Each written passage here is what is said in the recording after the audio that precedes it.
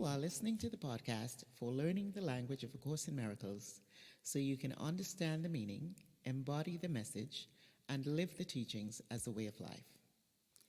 Welcome to episode 40 of this podcast. I'm your host, Reverend Jennifer McSween, creator of this podcast, and the Course in Miracles practice coach for taking those who are studying the course from information to application.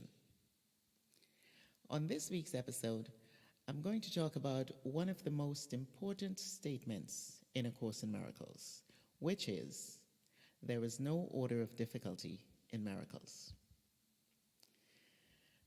Among the first words from what she referred to as the voice that Helen Schuckman heard on that day back in October 1965 that began the dictation process of what would become the body of work that is A Course in Miracles today. This statement, among the words of the first miracle, principle of miracles that Helen heard, was as follows. This is A Course in Miracles. Please take notes. The first principle of miracles is there is no order of difficulty among them. Talk about an opening statement, and one that literally introduces the theme or concept of form versus content and the need to go beyond the literal surface level definition of words to understand the meaning of what the Course is really saying that I talked about in episode 39 last week with regards to the context in which the Course is written. In that statement, it's as if the voice that Helen later came to identify as Jesus is saying, now that I've got your attention, let me share with you what this means, why this is so, and why it should matter to you. Because everything that followed in the over 1,200 pages of the text, workbook, manual for teachers that comprise A Course in Miracles is about clarifying, explaining, and a fleshing out, so to speak, of this idea that there is no order of difficulty in miracles in different forms in all the different books. Now, I say it is the most important statement in the entire book because, as Ken Wapnick says in his in-depth, mind-opening discussion of the 50 miracle principles of A Course in Miracles, this one statement, this one central statement, contains within it the seed of the entire thought system and message of the Course. Remember, A Course in Miracles came in response to Bill Thetford's and Helen Schuckman's, who were friends, colleagues, and medical psychologists, to their request for another way to experience peace, healing, and happiness, to have more harmonious personal and professional relationships.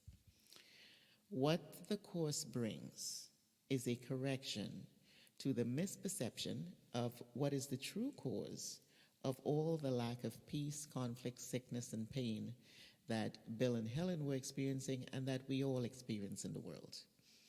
And that misperception is that the world is real, we are our bodies, and victims of the world. And holding the perception that the world is real, we perceive contrasts and differences, varying degrees and levels of what takes place or what something is, and feel literally victimized by it, or that we can be affected by it or by them.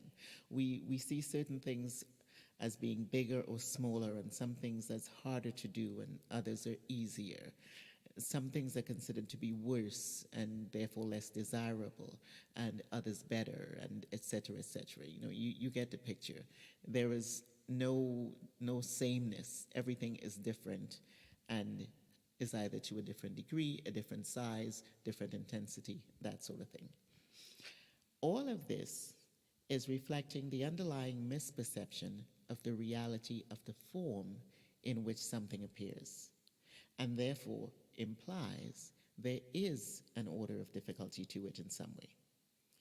And of course, this stems from accepting the ego's thought system as the lens through which we look at the world, and it is a reflection of what the Course teaches is the first law of chaos, one of the 5 laws that the Course also teaches define and support the ego's thought system, and is the counterpart to this first principle of miracles, which states there is no order of difficulty in miracles. Because you see, the first law of chaos states the exact opposite, which is there is an hierarchy of illusions, meaning there are varying degrees and levels of difficulty and sizes and intensity, etc., among the different forms that we see and encounter in the world, and they affect us in varying degrees or levels of lack of peace, pain, fear that we experience. We look at some problems as more difficult to solve than others, and those are seen as a big deal. And of course, most of us would say that a cancer diagnosis is more life-threatening and worse and harder to cure than being diagnosed with a common cold.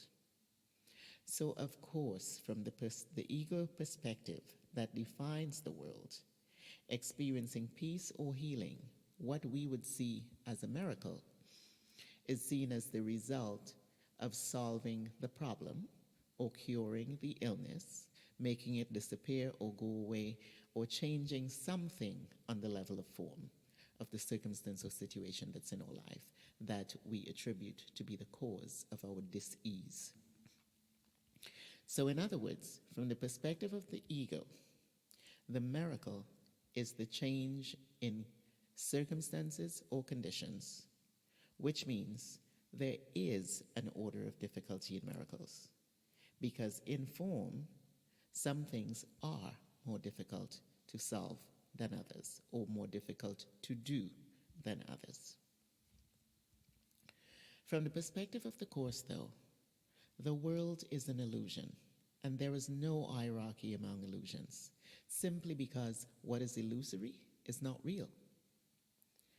The message or teaching of A Course in Miracles is a reflection of the Holy Spirit's thought system, or the Holy Spirit's content that's in the mind, the only other content or thought system through which you can look at the world.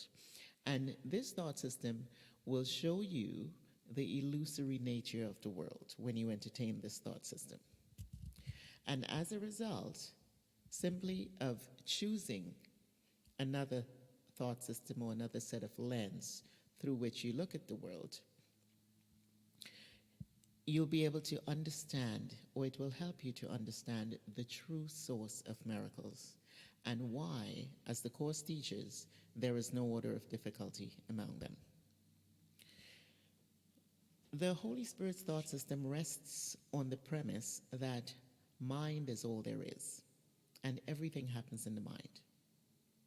What this means is that it's not what happens or seems to happen in a world that also seems to be outside you that determines the way you feel or the way you experience anything, but the way you're looking at it, your perception. So the way you go about changing what you're feeling or what you're experiencing, whether it's a circumstance, a condition, a situation, is by changing or shifting your perception. So equally based on this premise then, the miracle is not the change in conditions, but the change in your perception. Because according to this premise, it is not the seeming presence or occurrence of a circumstance, situation, or condition that takes you off your peace or makes you fearful or feel victimized in some way, because there is no cause and effect relationship between anything that occurs and what you feel. It is your perception that the presence or occurrence of a situation or condition has the ability or the power to affect, basically victimize you in some way. And since as you think, so you experience, changing your perception will change what you experience, in spite of the presence of the circumstance or condition.